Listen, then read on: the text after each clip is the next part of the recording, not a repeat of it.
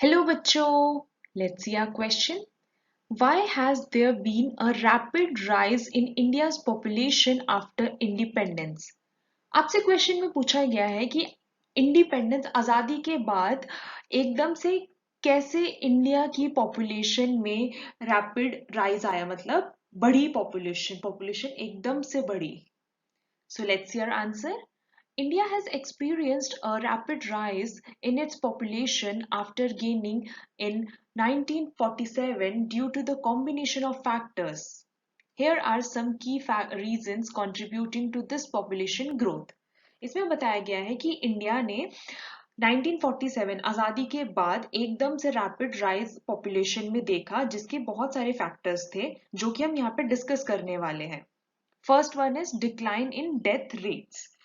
ये सबसे most significant factor था जिसमें जो डेथ रेट थी वो घटती जा रही थी, क्योंकि जो हमारी हेल्थ केयर थी और जो सैनिटेशन था वो इम्प्रूव हो रहा था, हमारी हेल्थ केयर इम्प्रूव हो रही थी, जो डिजीज थी उसको उनको हम कंट्रोल उनके मेजर ले रहे थे, और जो वैक्सीन प्रोग्राम्स थे वो स्टार्ट हुए थे, जो मेडिकल फैसिलिटीज थी वो हमारी अच्छी होती जा रही थी, और जो हमारे न्यूट्रिशंस थे वो इम्प्रूव हो रहे थे.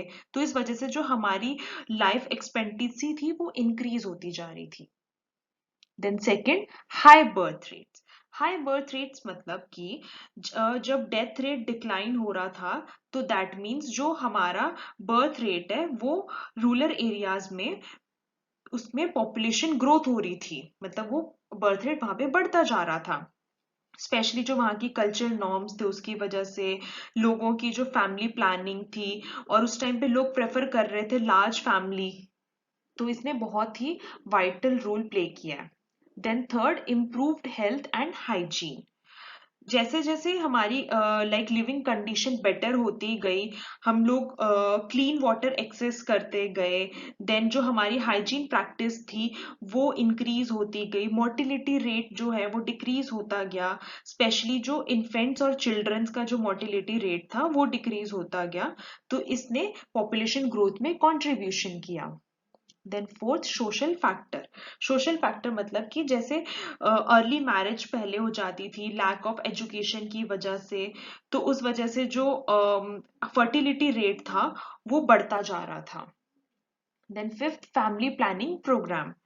फैमिली जब इंडिया लाइक जब इंडिया ने जब फैमिली प्लानिंग प्रोग्राम 1950 में इम्प्लीमेंट किया, तो उस टाइम पे बहुत सारे रीजन्स में जो फर्टिलिटी रेट था वो डिक्लाइन हुआ, बट उस लेवल का नहीं अचीव कर पाए हम लोग, उस लेवल की सक्सेस नहीं हो पाई. Then six, economic factors.